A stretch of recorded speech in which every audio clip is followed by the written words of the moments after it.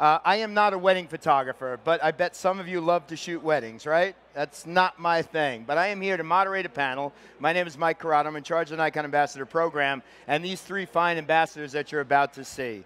Let me introduce them to the stage one at a time. Let's start with the master of all grandmasters, Mr. Jerry Ghionis. Welcome to our stage. Masters of wedding photography. We're going to talk about the journey it took for this young lady to come to our show today. Let me introduce to you Charmi Pena. And last but not least, on this panel, one of the gentlemen I've known for decades now, who is one of my heroes in wedding photography and photojournalism, Mr. Cliff Mautner. Well, thank you guys for coming. Thank you for tuning in. And as I've said for the other panel discussions, this isn't necessarily about talking about their individual photographs because you've seen them on our stage and you can see their work online, and they'll talk about how they made specific shots.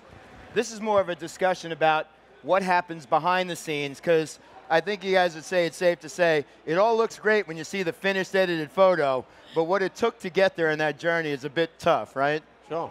So I have to say this because Charmi probably took one of the greatest journeys to get there. Can you explain what you've been doing and how you got here today? I'm in the middle of a several-day Indian wedding right now. So I woke up super early this morning and shot her getting ready, her ceremony. I shot the barat in the nor'easter outside. And then as soon as the ceremony was over, I set up formal portraits. And then I booked it over here, and I got here like 15 minutes ago. And then I'm going to leave here, and I'm going to go shoot the reception. And go back, right? Yeah. That's dedication. That's pretty amazing. All right, so this is so informal. You got a little piece of hair over your microphone. Just swing that out. You look so beautiful. There's a lot of hair. We're going to work. All right, so to me, it's always fascinating to know where somebody's come from. So, Jerry, when did you pick up a camera first? And when did you know photography will be it for you? It would be the thing you'd be doing. I was given my first camera at the age of 15, and I fell in love, like everybody here. You had that bug for photography, and I shot anything and everything. Tennis, industrial.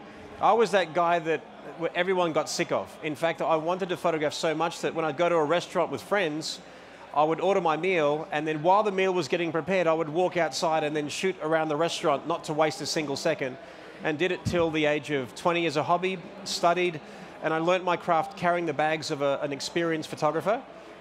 Did that for 3.5 years and shot my first wedding at the age of 20.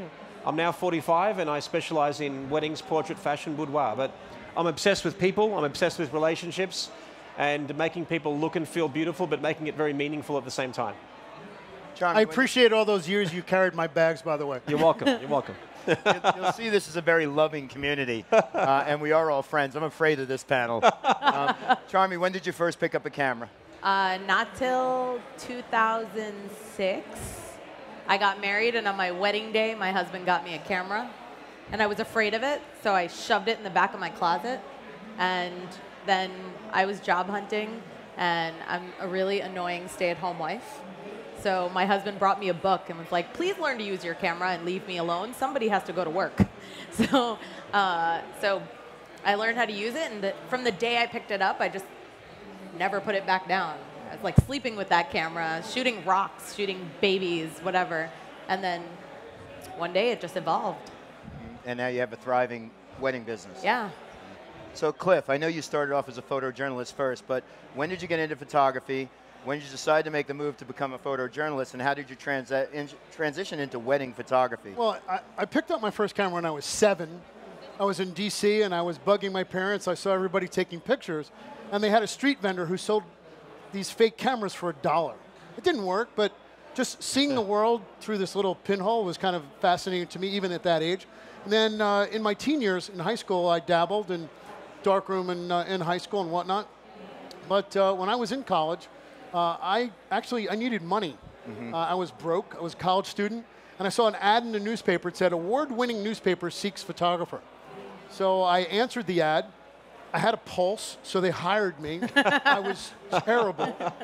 And 2 years there, I cut my teeth. The Philadelphia Inquirer was trying to infiltrate suburbs. to kind of get rid of the community papers and whatnot, increase circulation, advertising revenue. So they had an army of photographers they hired. I was one of those people, and I spent 15 years there. In 1998, they had their second round of layoffs. Me and probably 10 other people. They cut our throats, let us go, and I had to sink or swim, so I chose weddings. It was the best thing that ever happened to me. Well, you do That's how I forayed into weddings. very well at it. So, and how long have you been in business as a wedding photographer? 20 years of weddings, 15, it's my 36th year of professional photography. Wow. I'm only 35. I know his age because of the same exact age. 56 is more appropriate, but Yes. we look young, don't we? Yes. Some of us. So, listen, I think you kind of hit on it already, Jerry, and I want to delve into this just a little bit more. You know, when you say this wedding thing you do as a business, it really isn't just a business. You know, you said delving into relationships and things like that. What is the passion that really drives you when it comes to making these kinds of pictures? Talk a little bit more about that relationship and that genuine nature of trying to show somebody in their best light. Well, I believe that you photograph the way you are as a person. So if you're a nice person, you have empathy, I believe that's what makes you a great photographer, especially when you're dealing with people. You can be a fool and photograph food all day. You know, you can be not a nice person and shoot cars all day, but when you're photographing people, empathy drives me. And as I'm getting older and sorer, and as my parents are aging and they've gone through life-threatening things, I like to look through the eyes of a loved one. So when I'm looking at a bride, I'm seeing her through the eyes of her mother, through the eyes of her grandmother, through her brother's eyes, and so on. And I've had conversation with photographers and sort of saying, hey, Jerry, I photographed a wedding last weekend and the bride was just really ugly, and I'm like, wait, what? What, she was ugly? I go, what do you mean? I'm like, you know, just really hard to photograph. I'm like, so how are you going to make her look and feel beautiful if you actually think she's ugly? And he referred to her in a almost a derogatory way, worse than what I'm saying. And I'm like, come on, man, if you look through the eyes of him, who are you going to see? And he says, well, the most beautiful girl in the world. I go, well, that's it. So you have to shoot, I believe, with the craftsman and the mastery of a master, as in, you know, the technique of a master with the empathy of a saint.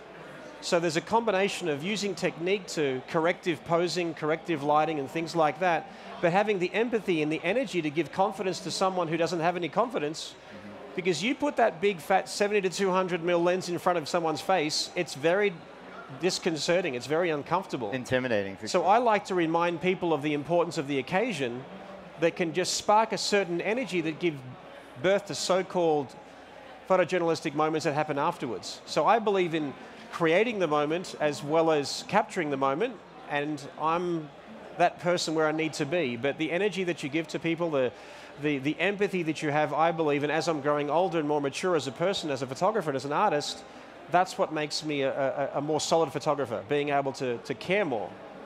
Very good. Charmi, same thing for you. What drives you in the passion side of all of this? So, similar to Jerry, but I'm actually not concerned about how people see the bride. I'm more concerned about my bride. And for me, I'm her advocate. Like, I want her to feel beautiful, but I also want everything she would want out of her day. So that, because she's experiencing it in fast forward. The entire day for her is a blur. She's just running through the day, being told what to do, running to a ceremony. She's not getting that moment to really enjoy it. So photos are how she's going to relive it later. And I remember being that bride. And so for me, all day long, I'm concerned about making sure that I'm capturing the perspectives that the bride isn't seeing. She's going to love that one day. Right. So what she's not seeing is what, I just put myself in her shoes, and that's me all day. I'm whatever I need to be to get what she needs. And that's what you're about to go back and do Yeah. right after this, as you bolt out like a rock star Yep. that you are.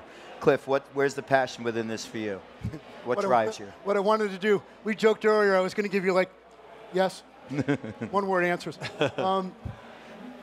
I'm motivated to make a photograph at a wedding that moves me, and the byproduct of that is that it's going to move the people that view it.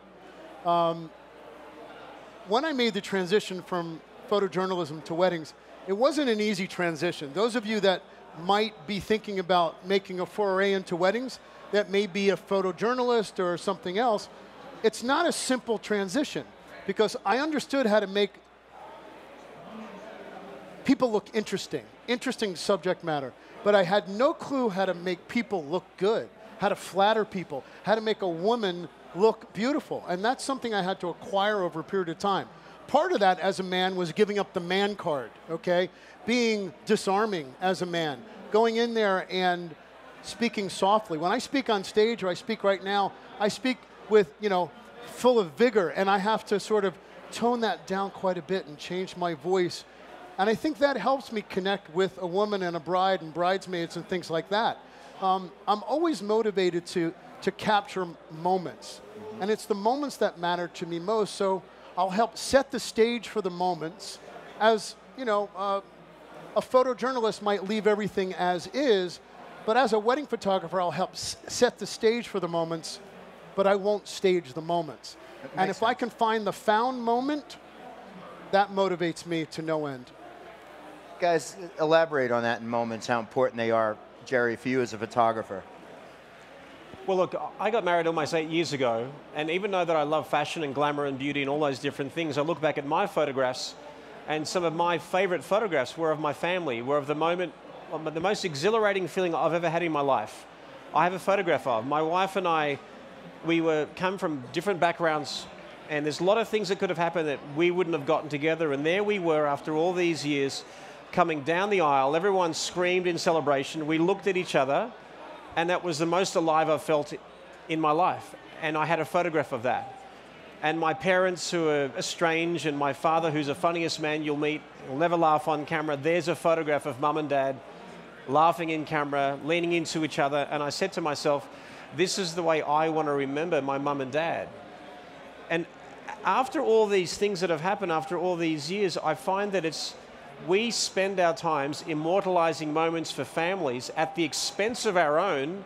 It better damn be worth it for the families that we're photographing, because to make someone just look pretty is one thing, but to create meaningful photographs that withstand the test of time, to create a legacy, I mean, that's something else. And I guess that's what I'm talking about with maturity and sophistication, and even the cameras that match our sophistication that we use.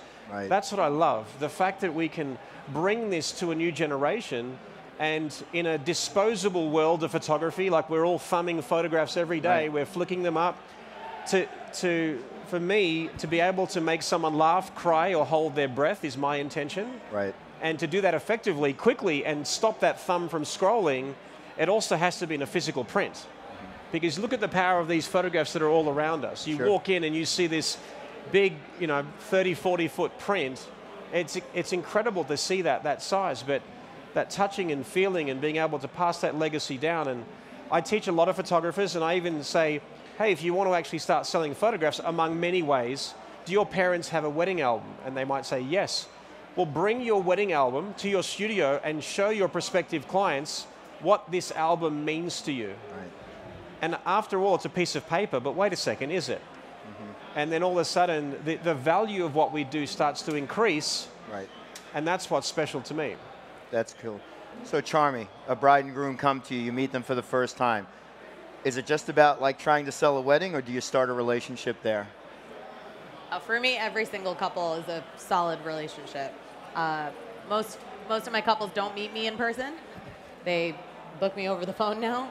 But even so, we spend about 5 minutes of our call talking about the wedding, and maybe an hour talking about them and me and my kids and their parents. And I think that for me to jump in and shoot the wedding in a meaningful way, it's really important for me to know who's important to them and how they feel about these people. I come into a wedding day and start calling everybody mom, dad, sister. The sister from today's wedding, she has an older sister who she's always called Moti Ben, which means big sister in my language. Mm-hmm. And so I've been calling her Moti Ben all day, and that's my best bud at the wedding. And she, on one hand, gives me genuine emotion, and I know she's a really important person to the bride. On the other hand, she also increases my access to everything I need because we have a great relationship already. So I think everything is hand in hand for me to be able to do the job and get them moments, which are really important to me because I have kind of a fuzzy memory. And so for me, looking through photographs of my kids when they were little babies and my parents, and that's really important to me. And I can't be the only one who has a bit of a fuzzy memory. So for me, moments are so important, and having access through building relationships is how I get there. You know, running a successful wedding business it's certainly important if you want to keep your career going.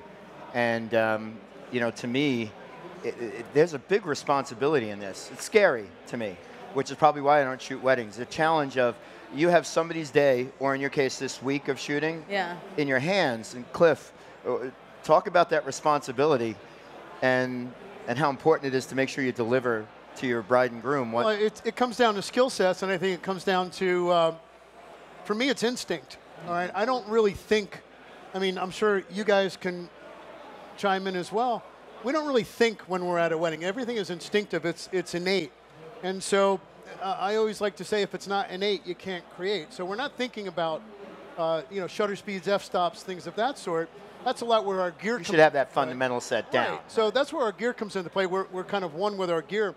But to piggyback upon what Jerry said, my goal is to create an heirloom, okay? Something that is timeless, something that is going to be relevant.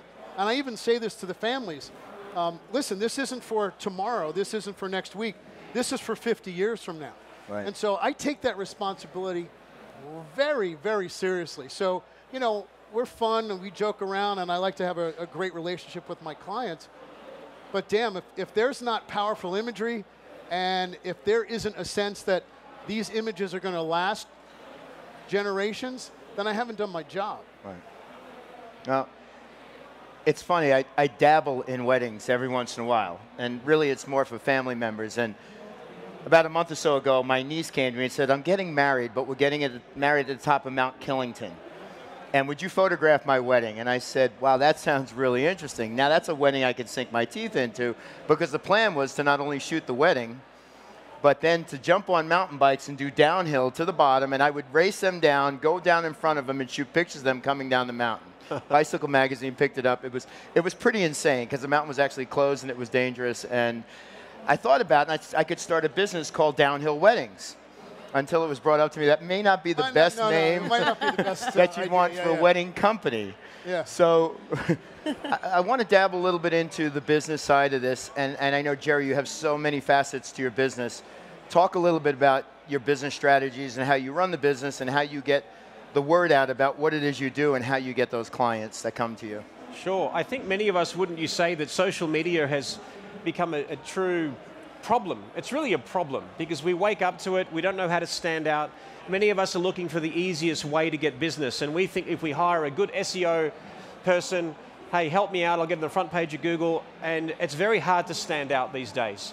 After all, do people know the difference between good and great photography? Now, there's another argument, probably for another day, but I'm saying that I believe in a world where it's hard to stand out on social media, it's easy to stand out in person. Because so many photographers are just sitting there waiting for the computer, waiting for that email box to fit in, or waiting for that Facebook message, where I'm still a hustler. When I say a hustler, not in the bad sense of the word, like I recently moved to Las Vegas, so I'm not known as a Las Vegas wedding photographer. Now here I am competing with really everyone. This is the capital of the world for weddings, but I want a bit of a higher price, so what do? So I'm pounding on doors. I'm going to bridal shops, I'm speaking to coordinators, and I'm one of the very few people that will tell you, why don't you go visit priests? I says, what? How dare you bring commercialism into the house of God? I mean, a priest could have 120, 200 weddings a year, and I might say, Father, I absolutely love photographing at your church. If you ever meet a beautiful couple that appreciate great photography, can you refer me, please? I'd really appreciate it. Right. And then if they freak out and says, well, you know, how dare you bring commercialism to the house of God? Well, no problem, Father. Brilliant. How about I give you 5% donation? He's marketing to priests. Priests is the one way that no one has ever done. Rabbis, I mean, you name it. I was the guy that went to the priests and to the jewelers because they're the first thing that you do. Right. That's the first symbol of a wedding. So you're aligning a network now in Las Vegas. Well, exactly. So I'm strategically finding out who I want to work with, who is the kind of jeweler that is conducive to the kind of clientele that I want. So I know that for everyone who spends over 10 grand from a jeweler, from this particular independent jeweler, that they'll get an engagement, a complimentary engagement session. I make them fall in love with me and my work, and who else are they going to book but me for their wedding photography? Right. And now I'm their family photographer. They're going to have a kid, they're going to grow up, and all those kinds of things. So I'm saying social media, I'm not saying don't do it, but it's hazy. You don't know who to look at and trust and everything, but I believe in the same way being a wedding photographer is all about relationships. I want to ally myself with people that already have the work that I want. Right. Why would I just put an ad on a billboard and say, here, come to me? Well, wait a second. You already established yourself here. You've already established yourself here, and let's just get it in.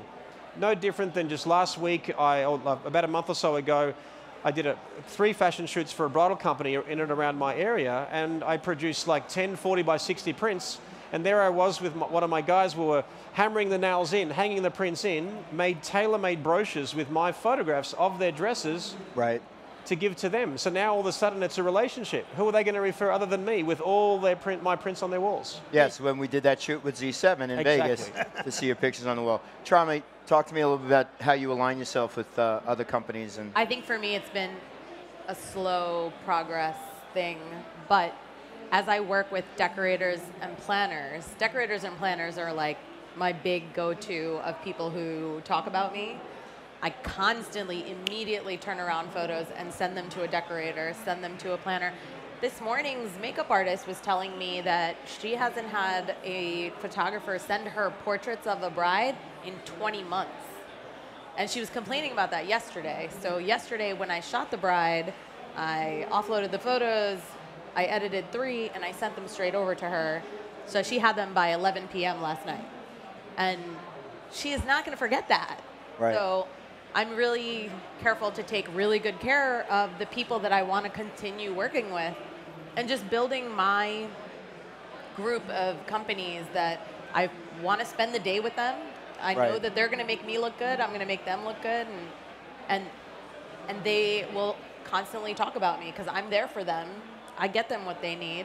Right. They know that I'll make them look good, and so for me, it's mostly about making those relationships even at a wedding and saying, like, we had a great day today, let's do this all the time. Right. I want to shift gears towards speaking about equipment now. And with you, Cliff, I want to start with what's in your bag? How do you prepare for the wedding? How do you prepare for, I mean, these are big days. What's your preparation process, and what lenses, cameras do you bring in your bag, and why? Well, it starts 2 nights before when I'm charging all my batteries, okay? No shortage of batteries. Checking my gear, checking my settings, making sure the quality, RAW plus JPEG and all that kind of nonsense. But I talked this morning here about my wedding workflow. For me, I'm a lens kind of guy. Okay, I do use 8 lenses at a wedding. I know it sounds excessive. I have a nice symbiotic relationship with my assistant, almost surgical, if you will. 105, 24 to 120, 24 to 70. Give me the D5. Give me the, the 750. Give me the Z. We're on a first name basis now, me and Z. But the Z has been a real blessing to me, and to just show it, this is like an appendage now. I have never really been able to carry a camera quite as easily as I can carry this. So this is always on my person at a wedding. It's doing a lot of what the 750 used to do for me. So I've only had the Z in my bag for about 6 weeks, but I truly am using, at the beginning of the day, D5 Z. D5 has the 105 on it. My Z has the 35 You on say it. Z, the Z7. Z7, but I do think when I get a Z6, that may be my choice over the Z7 for weddings for what I do, because of the high ISO performance that I'm probably going to get with the Z6. Right. So that, the 850, it's still in my bag. It's still it's a beast. When I want ultra high resolution, speed, I use the 850 as well. When I'm at a wedding reception, I'm using my 850 with off-camera light and a trigger on it. So I truly am using 4 bodies, 8 lenses. I know it sounds excessive, But when you think Brutal, about isn't it, it? He's a guy.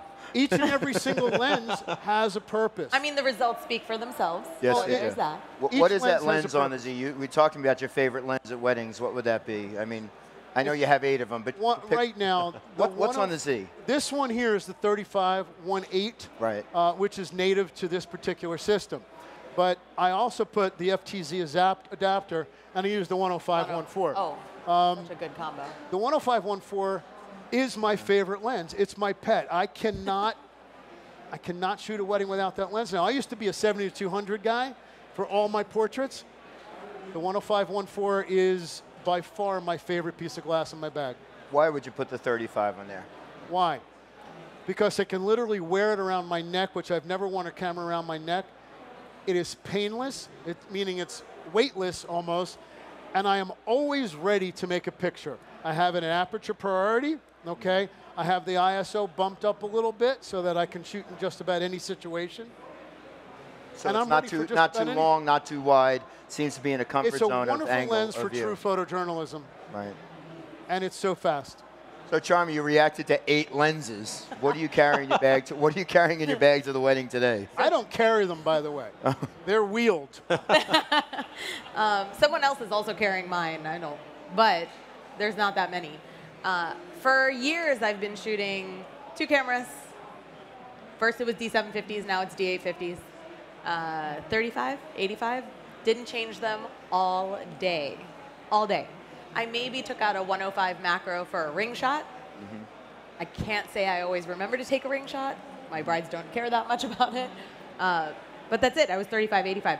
I did get introduced to the 28-1.8 recently, and me and that lens and the dance floor have bonded, and so I do take that now, and I got the 105-1.4. And so that one comes out for portraits. The Z, I shot details with it for the first time yesterday. I've been shooting portraits with it. Sure. But I shot a ring shot with it yesterday. It had the 105 macro and the adapter. And it really is like cheating. Because when I'm taking that ring shot, I usually take it like, I don't know if everyone else does this, but I take it like 27 times. Because I'm like, nope.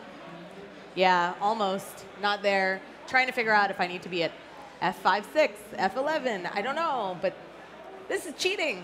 I already know. You see it. So I took it like twice, and then I was done. It was great. It was the fastest I've ever been done with a ring shot. But that's it. I'm really simple. 2 cameras. Most of the day, I'm a 35, 85 shooter, but I do have a 105 and a 28 in my bag, and then my Z with the 35, I love. Jerry, talk about your camera bag. What you got in it? I would love to drive to a wedding. I think it's a luxury. Everyone here wants to do destination weddings. I'm telling you, they're a pain in the butt. I would much rather drive to a wedding, drive home, and be done. And often when you go to an exotic country or something, you go there, you shoot the wedding, and you fly back. And then sometimes you even go, and there's no suggestion. Like if you go to Paris, there's no Eiffel Tower, there's no Arc de Triomphe, you're in the burbs. It's like this could just be anywhere right now. So I'm saying, because I still fly to most of my weddings, interstate or overseas, it has to fit in one bag. So I carry 2 bodies, 5 lenses, and 2 speed lights. Currently, now, I basically shoot with the D5 and the Z7. The Z7 is my go-to bride camera, groom camera, locations. If it gets a little bit darker, like a ceremony or reception, the D5 is what I like. The Z7 is just so much fun. You can see what you're doing, your eyes to the camera, you can change all the settings whilst keeping your eye to the camera. I think it's really, really exhilarating.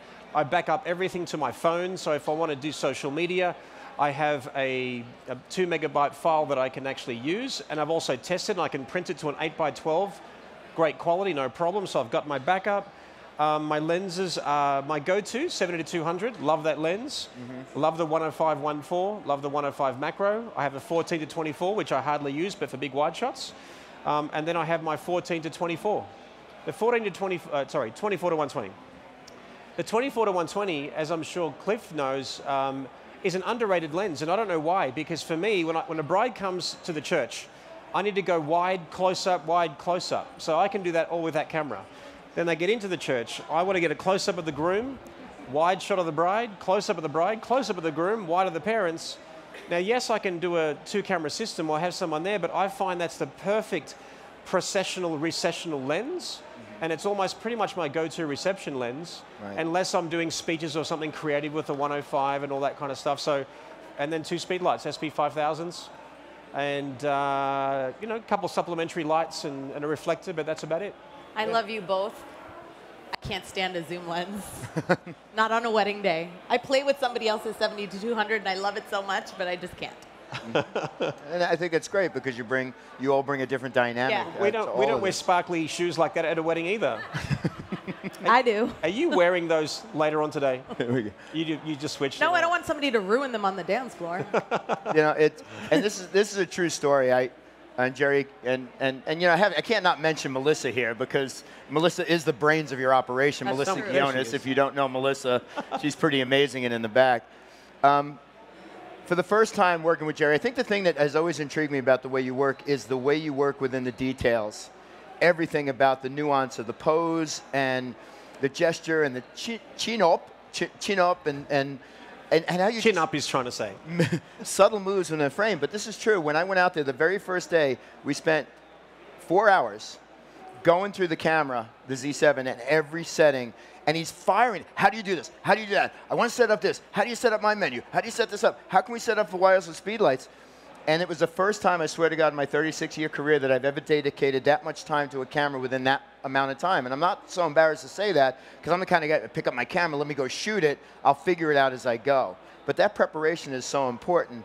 Yes. So talk a little bit about how you pose and the detail, the subtleties. I can't even imagine all the things you're thinking when you're posing somebody. Look, I believe there are 5 steps to a great photograph. And I think many of us have a system, or we like to be creative, but at the end of the day, I'm doing 5 things over and over again. I'm always looking for light number 1. Light's number 1. Some people look for location and then either create the good light or find the good light, but light for me is number 1. Then location. Number 3, I pose. And I have no problem saying that, yes, my name is Jerry Ghionis and I pose people. I have no problem with that. But I do it in a way that it's more almost architecture at that 3rd point. But I put them in a situation that's believable, that, well, why would they be standing there in good light across the wall? That's not natural. But it's not natural to spend 50 grand on a reception and invite 200 people for dinner and pay for it. I mean, it's not a real day. It's real, got real moments, but it's fantasy driven. So if you look at light, location, pose, then I get my exposure right, my composition, my cropping. My pose is about 90% there. Number 5 is expression. The number 5 could be the tilt of the head, the chin up, the subtlety of eyes. It could be my energy or what I'm saying and how I'm saying it to actually get that. Now, what Mike's referring to is that I use the My Menu. Who does that? Whatever camera system that you're using, who uses the My Menu? So the My Menu is you can just jump right in there and you can get shortcuts to what you basically use all the time. So what we worked out with the Z7, you've got the 2 function buttons, and having never shot a professional mirrorless camera before, I found it exhilarating to be able to put my eye to the camera, keep my hand at the center of gravity right here, to be able to, with this function button, I'm not going to give you the bird, but my middle finger, I press the function 1 button, and I'm able to change the menu items, change crop factor, change white balance, change all those things, take a photograph, press play with the second function button, and then with the AF on, I've programmed that to zoom 100%. So now I can do all that whilst keeping my eye to the camera. That was my idea, by the way, wasn't it? The AF on button? The AF on, it was. It was. It was. I want a little... Almost a No, I credit for appreciate that. But doing that, Yes. now, when I've been shooting ever since, if I'm maintaining a certain expression from a customer, a client, or a bride or groom, whatever, as soon as you put your camera down, do this, press menu, press play, they've lost it. Either that or they did something better and you missed it. Possibly, yeah. Possibly. So now that you can actually do that, like you can maintain connection, and whilst you're fiddling, you can do what you want, and then bang, take the photograph, zoom up to it, and you don't have to take 20 shots to get 1 shot in focus with a 1.4 lens, because as we know, no matter who you are, shooting at 1.4 is tough. Right. But you can take 1 shot, zoom up, 100%, it's perfectly sharp, next shot. Thanks, you know. Charmi, you specialize in Indian weddings. I can't imagine the amount of detail that goes into preparing for a wedding. What do you focus on in the way of details when you're shooting these weddings? Ooh, there's so Everything? much. Yeah, there's so much. It's almost impossible to pick something, so I'm pretty much... Do you have a repertoire of shots that you go through? I mean, you're looking at henna, you're looking at detail, you're looking Yeah. at portraits. I mean, So- you did a shoot for us with the D850. You put a ton of that into Yeah. to put together an Indian wedding. Biggest thing I think tends to be the florals and the wardrobe. Right. So I'm definitely making sure that I'm actually I go out of my way to connect with the decorator to make sure that our florals are well lit so that it'll be reasonable to shoot. There are florists that don't know how to light flowers. But yeah, I think the florals at an Indian wedding are very over the top. There's a photo that's spinning past here where there's an entire ceiling of lights coming down and the couple is dancing in their crowd, and there were lights coming from everywhere. So for me, detail is not just in like the macros. I want them to have detail combined with their fun. Right. So, but I'm very much focused on their florals and their wardrobe. The florals and wardrobes of an Indian wedding each one is tailor-made completely. There's no repeating it at all. So I make sure to make effort to capture that properly. I'm definitely a flash girl, so whenever possible, I'm trying to add some humanity to the details and turning to my speed light. Right, yeah, you brought up lighting, the lighting of the flowers. Cliff, talk a little bit about how you light within a wedding, because I hear a lot of people talk about just using the ambient light or not using any of the shape light. What do you do in the way of lights? Well, there's different parts of the day where I'm using different light sources. The beginning of the day, it's window light. But the most important thing about that light is the direction, because that's what creates texture, dimension, and mood. So a lot of times I'll walk into a room, I'll turn off overhead lights, I'll turn off lamps, I'll decrease the quantity of light so that I can have direction of light. So more light is not better light. So that's the beginning of the day. The portraits of the bride and groom, most of the time that is available light, natural light. I love backlight. I love harsh light. I love harsh sunlight. Put my subjects between me and the sun when I'm using that harsh light. I love doing that.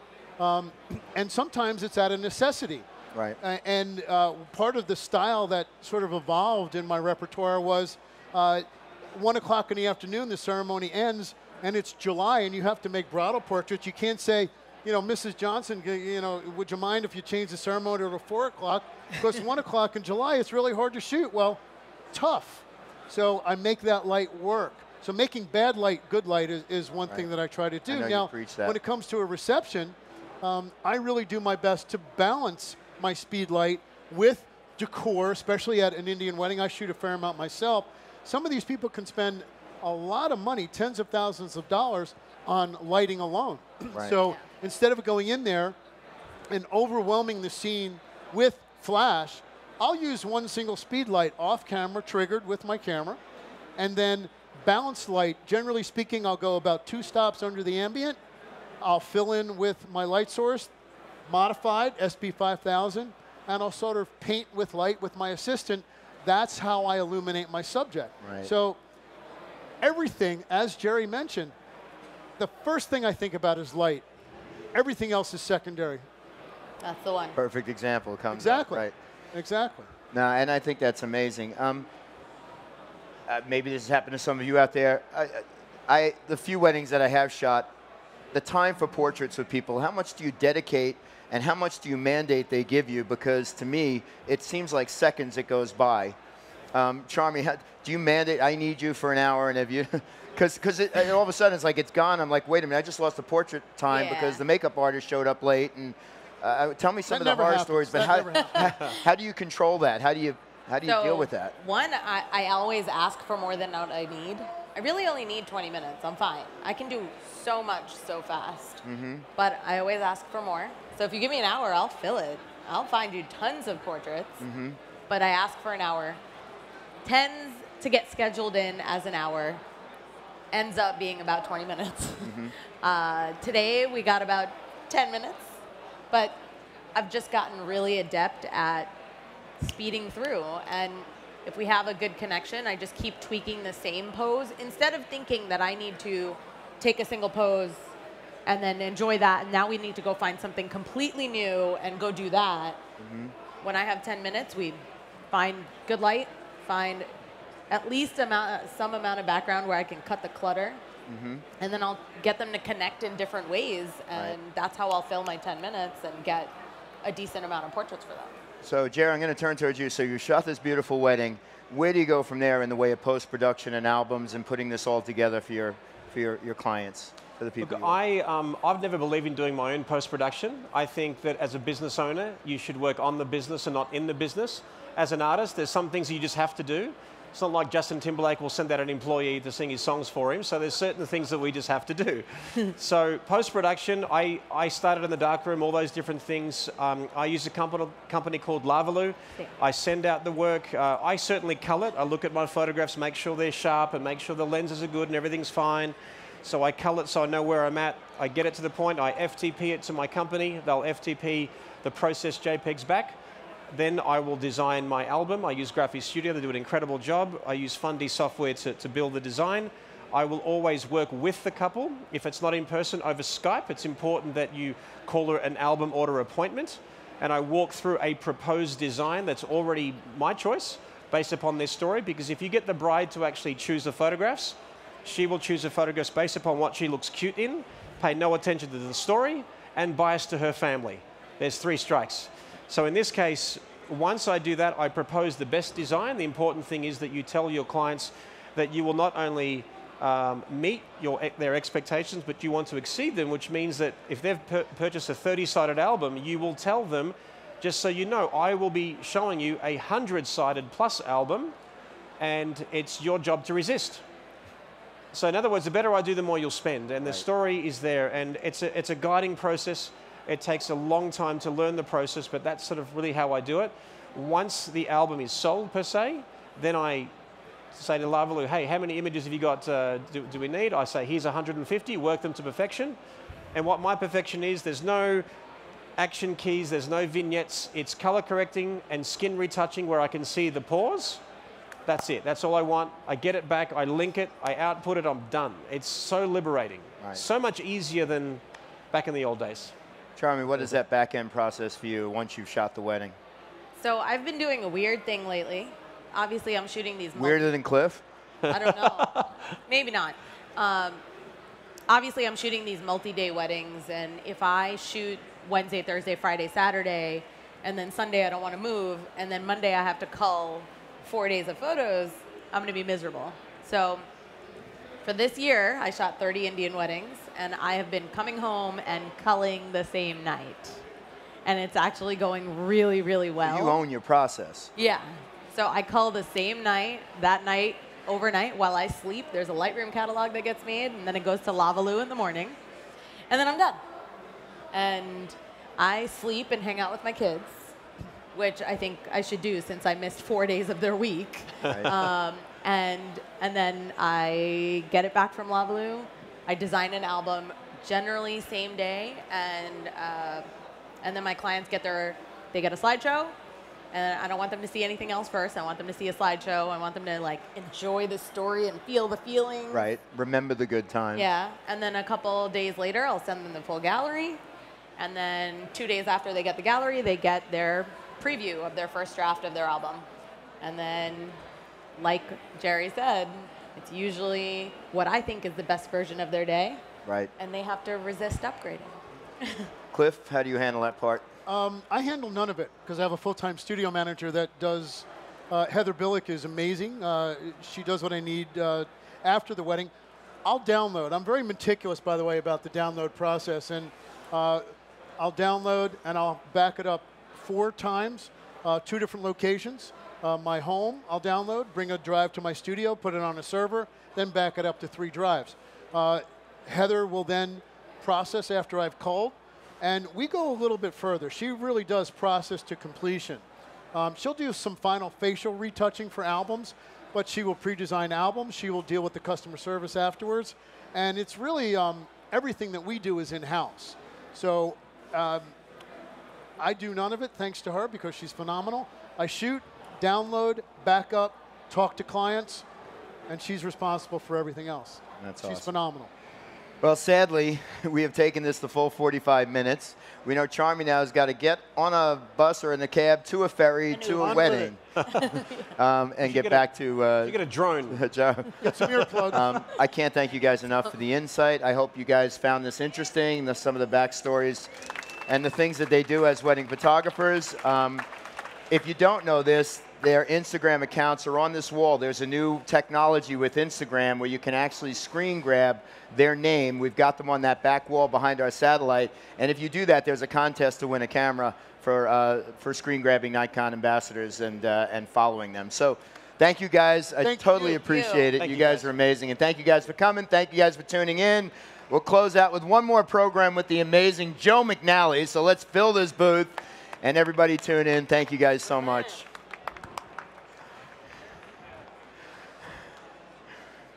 Good job, brother. Awesome. Good. I think that went well.